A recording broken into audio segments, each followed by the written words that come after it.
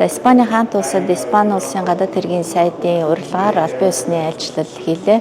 За энэ айлчлал бас манай гадаад харилцаанд бас нэлээд чухал айлчлалд тооцогдно. Учир нь гэвэл бид нэр Испани улсад 2025 онд багтаагаа дэлчин сайдын яам байгуулах талаар хэлэлцэж тохироод бас бэлтгэл ажлыг хангаж ойрын үед бас Монгол улсын элчин сайдын яамыг байгуулах шийдсэнийг иргэдээ бас дуулгахад таатай байна. За энэ айлчлалын хүрээнд бид нэр Испани улстай бас дипломат харилцаа 1977 онд тогтоосноос хойш олон жилийн хугацаанд харилцаж, найрсаг харилцааг хөгжүүлсэн хэдий ч бас худалдаа эдийн засгийн чиглэлээр харилцаа бол хангалттай биш вэ гэдэг ийм дүгнэлтэнд хүрсэн. За улс төрийн түвшинд бас ойлголцлын түвшин нэлээд өндөр хөгжүүлж байгаа. За эдийн засгийн харилцааг цаашдаа өргөжүүлэх талаар бас нэлээд ийм бодиттой ажлуудыг ярьлаа. За хоёр улс юуны төрөнд бас хоёр талдаа бас мэдээллүүдийг солилцох, улс орноо танилцуулах, бизнес хооронд, за хүн хооронд харилцааг нэлээд өргөжүүлэх юм өргөн боломжууд байна. Аль алинд нь бас хэрэгцээ шаардлага өндөр байна. За Испани улс бол сэргээгт эрчим хүчний чиглэлээр бас нэлээд дэвшилттэй тэргүүлж явж байгаа орнуудын нэг. Сэргээгт эрчим хүч тэр дундаа нарны эрчим хүчийг амьдрал дээр хэрэглээ нь бол нэлээд өссөн. Эрчим хүчнийхаа нөөцийг бол хангалттай бүрдүүлсэн энэ орн байна. За 100 жилийн өмнө бас манайх шиг хөдөө аж ахуйн орн байсан бол маш богино хугацаанд 20 жилийн дотор бол энэ орн аж үйлдвэрлэгч, экспортлогч орн болсон. За аял жуулчны салбарт бас үсрэнгүү хөгжил гаргаж өнөөдөр жилд Франц улстай ойролцоо 90 сая орчим жуулчдыг авдаг юм байна. За жуулчны аялал жуулчлалын тухайд бол бүрэн хамтарч ажиллах боломжтой гэдгийг бас хоёр тал нотлоо. За тэгээд уул уурхай, аж үйлдвэр, хөдөө аж ахуйн бараа бүтээгдэхүүнийг нэмэн өртөг шингэсэн хамтарсан үйлдвэр байгуулах, за аж үйлдвэр, хөнгөн үйлдвэрийн салбарт хөрөнгө оруулалт хийх боломж олцооныхаа талаар бас албаны хүмүүс нь ярьлаа. За энд бас 1200 орчим Монгол иргэд ажиллаж амьдарч байна.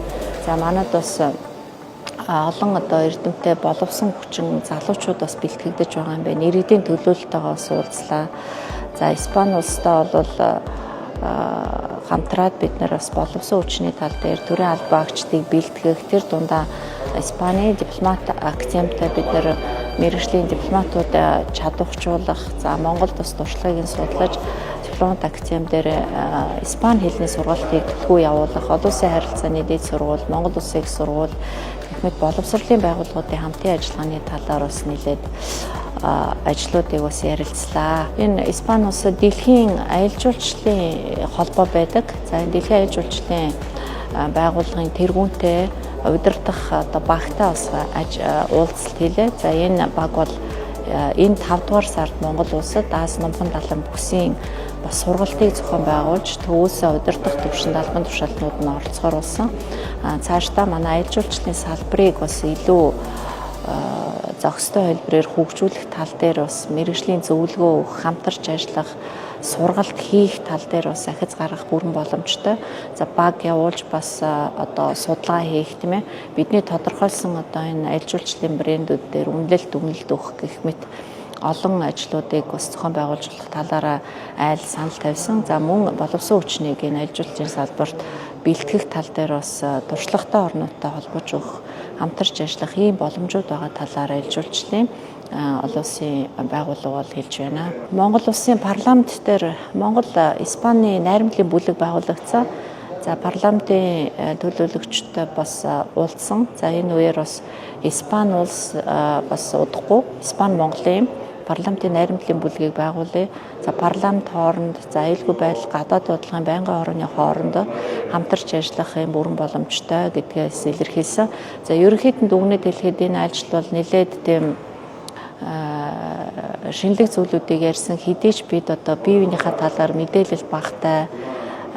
За аялал жуулчлал, соёл, урлаг, түүх гэд олон зүйлээрээ бид нэр бас хамтарч ажиллах юм боломжууд нээлттэй байхад тэрийг бас төлөөлөл ашиглахгүй байгаа юм байна. За тэгээ хоёр талаасаа сэтгэгч хормалт гаргаж харилцаагаа идэвхжүүлэх, илүү олон салбарт ойрын хугацаанд арга хэмжээнүүд зохион байгуулъя гэж ярьлаа. За хамгийн гол зүйл бол өндөр дээд хэмжээний айлчлал зохион байгуулъя. За Монгол улсын ерөнхийлөгчийг бас эх орондоо ажилуулахад бэлэн байгаагаа илэрхийлсэн. За Испани хаан хатан хоёрыг бас Монголд айлчлуулах урилгатай байгаа. За хааны хувьд бол Монголд айлчлахад одоо бэлтгэлээ хангаж байгаа. За зохистой хугацааг бас дипломат шумаар тохирё гэж ярилцсан. За өндөр дэд хэмжээний айлчлалын үеэр бас хүлээгдэж байгаа бараг 20-од жилийн өмнөөс яригдсан одоо хэд хэдэн баримт өчгүүд, эргэцүүн баримт өчгүүдийг зурах талаар ажиллая гэж тохирлоо. Тэгээд засгийн газар хоорондын хурал болон гадаад харилцааны яамт хоорондын улс төрийн зөвлөлт хуулцлуудыг ойрын үед зохион байгуулахаар боллоо.